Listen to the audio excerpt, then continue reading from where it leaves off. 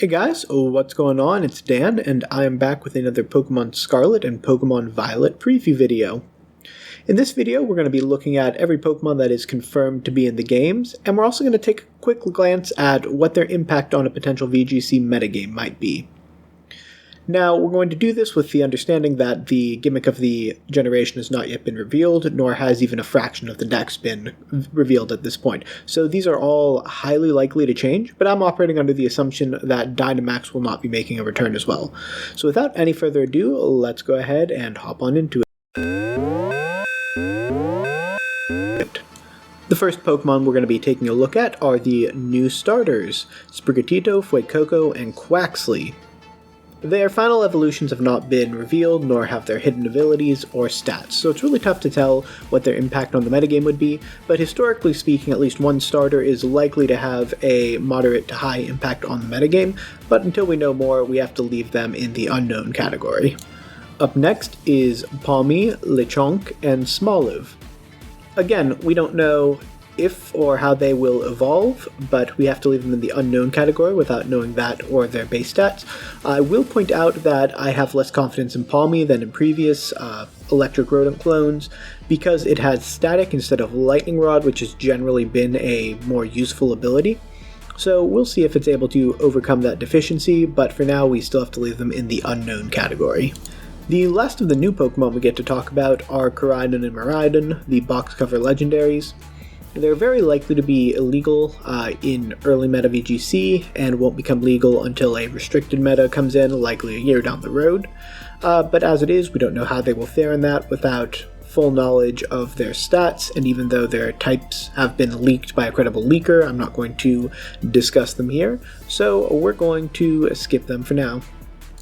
The first returning Pokemon we're going to discuss is Florges. Florges is interesting. It's got immense special bulk and decent special attack and an okay speed tier, but I think its physical bulk leaves a lot to be desired, and I don't actually think that it's going to have much of an impact, so I've got it set as a moderate to low impact on the potential early meta for Scarlet and Violet. After Florges, we have Dreadnought, which, much like Florges, we see the early evolutionary line for it. We don't actually see the final evolution in any of the trailers, but we assume that the entire evolutionary line is going to be present in the game. Dreadnought is an interesting case, because weather is generally prominent in early metas, and Dreadnought is the best Swift Swimmer revealed right now, so I've got its impact listed as moderate. However, if a better Swift Swim abuser comes out during the game's release, then I think the impact goes from moderate to moderate low. I don't think it's going to be completely low impact, but currently it is the best in its role, which is why I've got it where I've got it. After Dreadnought, we have Ampharos. Ampharos is a really cool Pokemon that was not in Sword and Shield, so I'm happy it's making a return here. However, its stats just leave so much to be desired that I don't actually think it's going to have much, if any, impact on the early meta. There are going to be better electric types that can fit that fast, frail attacker that are faster and with higher attack stats, so I have it as a low impact Pokemon. Up next, we have the trio of Vespiquen, Seviper, and Cryogonal. I don't think any of these three are going to have a huge impact, and I don't really have too much to say about them, so I'm just going to lump them all together as low impact options. Also confirmed in the picture with the combis, though, is a Drifloon, which will evolve into Drifblim. Drifblim, I think, could have a moderate impact. It's really good as a Unburden user with access to Tailwind and a lot of good support moves, along with substantial bulk off of that high base HP stat. So I think it could have a moderate impact as long as something with terrain or an easy way to trigger Unburden is available. If that becomes less available, then I think Drifloon's stock also has a chance to drop. So we'll be tracking to see if there is a way for terrain or seeds to be triggered in Scarlet and Violet. When the trading mechanic was previewed in the most recent trailer, we see that Bagon and Tyranitar are being traded, likely indicating that they are version-exclusive Pokemon, but also we know that they are both going to be available in this game. I think they're both going to be pretty high impact.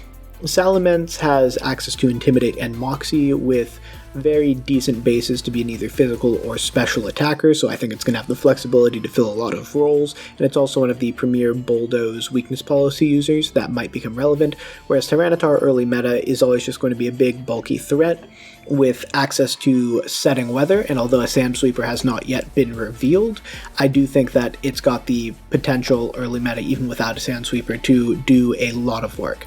I, for one, in this most recent generation, used an early meta Tyranitar with Scarf and Thunder Punch to punish water-type switch-ins onto it, and it did substantial work for me, so I'm looking forward to trying out Tyranitar early Scarlet and Violet meta. Raichu is a tricky one. It's got a really decent support move pool and speed stat, so I think it's generally going to have a moderate to high impact on the meta. It's not going to be as defining as something like a Tyranitar, but I do think a lot of teams are going to fit it for the variety of things it can do, from Fake Out to Charm to a Volt Switch set, Eerie Impulse. I just think there's a lot of options there, assuming it has that same type of support move pool in Scarlet and Violet. There are a trio of birds I think will have a moderate to high impact on the early meta in Talonflame, Pelipper, and Staraptor for various reasons. Pelipper is the only rain setter that's been revealed so far, and like I said, I think weather is always going to be important early meta, and right now Pelipper plus Dreadnought looks like it could actually be a fairly threatening core in VGC. Talonflame, on the other hand, is the only priority Tailwind setter that's been revealed so far, and if that becomes a predominant strategy unless Whimsicott comes out, Talonflame looks like the best thing to fill that role. Staraptor is a returner that wasn't present in Sword and Shield, but past VGCs you've seen Staraptor use things like Final Gambit or just be a powerful attacker with Close Combat, Brave Bird, and Double Edge, for example. So I think that all three of these will have a moderate to high impact on the early VGC metagame.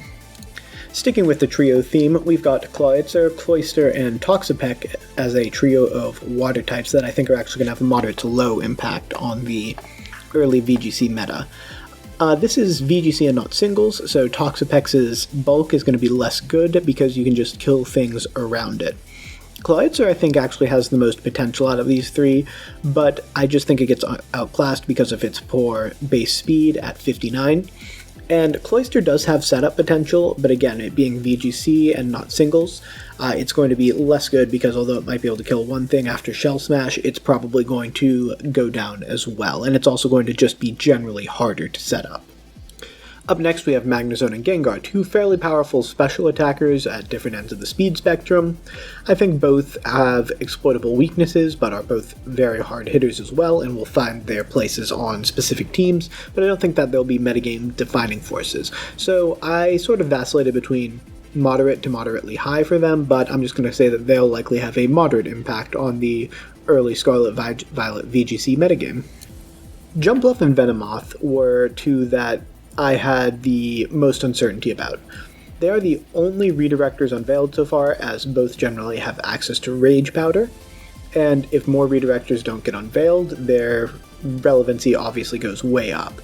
But as it is, I bet they're going to be decent, but not the best options as Rage Powder redirectors early meta, so I'm going to leave them as moderate. However, if no more redirectors get unveiled, this rating has to go up to moderately high, or maybe even to high for these two.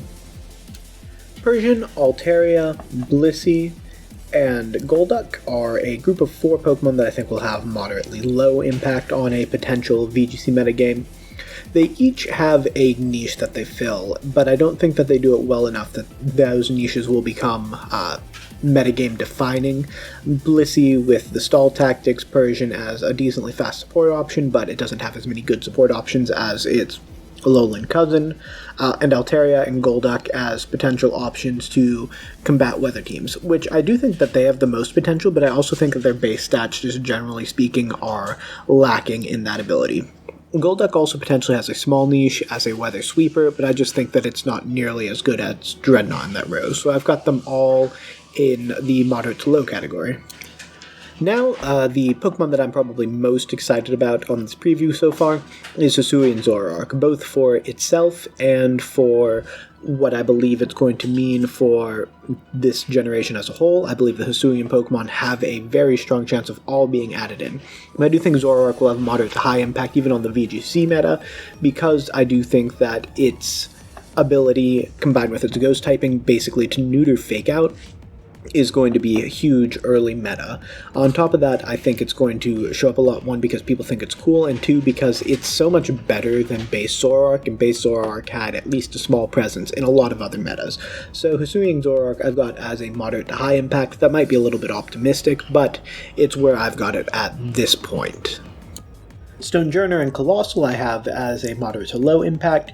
These two Galarian holdovers, I think, really are going to suffer from the lack of Dynamax. Stonejourner, because its special bulk is going to be very exploitable, much like it was in the other format, but it's not going to be able to power spot boost max moves. And Colossal, because although the Steam Engine ability is cool, it's not going to have the bulk to take those ×4 water type attacks to get Steam Engine triggered, or to consistently get its a weakness policy up, which it really needs given its offensive stats. So I think these are both moderate to low impacts, even though they might have some potential given the right meta shape.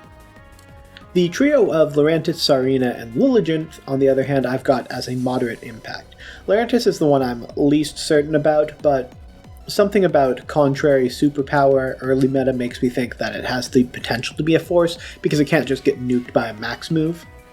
Sarina and Lilligant, on the other hand, Sarina, I think the fact that it can prevent Fake Out from hitting your entire team and is really good nonsense denial with Cleanly Majesty means that it's going to find a place on a couple different teams, and Lilligant, assuming that there's going to be some sort of Sunsetter, is always going to be a decent support option there, especially if Hisuian Lilligant gets added in, which I'd be very curious about how some of its signature moves got interpreted into this game, but as of right now, I've got these three as moderate impacts. The last 100% confirmed set of Pokemon I want to talk about are Riolu and Lucario. I think Lucario is actually going to have less of an impact than Riolu, even though Riolu really benefited from Prankster coaching. But I do think having access to Prankster with a potentially decent support move pool is going to really make it a moderate impact Pokemon. Lucario, on the other hand, could also be a moderate impact. It's a good dual attacker with a decent speed tier, and it does counter Tyranitar, which I do think is going to be the defining force from what I've seen so far of the metagame. But at this point, I'm grouping them together as a moderate impact. I have slightly more confidence in Riolu than Lucario, though. There are also a handful of Pokemon that are potentially confirmed, but not necessarily 100% confirmed. I just wanted to go over quickly. So there's a statue of a Dratini, which would usually mean it's confirmed. However, in Legends Arceus, there was a statue of a Galarian Weezing, and there was no coughing line in the game, so that might not be the case. You see on that kiosk a scrolling advertisement that has a Quillfish on it, so Quillfish is likely in the game, but not necessarily, and if it is, I really hope Overquill is as well. Then in your bedroom, you see those trio of stickers. The Drifloon was already confirmed, but Applin and Hatena might be confirmed in the game as well. And if that's the case, Appletoon and Flapple and Hatterene could have impact. I especially think Hatterene for an early meta Trick Room team could be really good. That's actually something that I ran early Sword Shield meta was Trick Room Hatterene. And then the last there, that looks like a Sunflora in a pot. I'm not sure if that's going to be a wild Pokemon or if that's just a sunflower of some kind, but Sunflora may be in the game, but I'm not comfortable based on that image to say that it is 100% confirmed. But there you guys have it, every Pokemon that has been confirmed for Pokemon Scarlet and Pokemon Violet thus far, and how I think it would impact a potential VGC early metagame. Thank you guys so much for watching, and if you like this type of content, don't forget to like, comment, and subscribe. Let me know which of these Pokemon you are most excited about seeing in Pokemon Scarlet and Violet. And until next time, I'll see you guys later. Bye.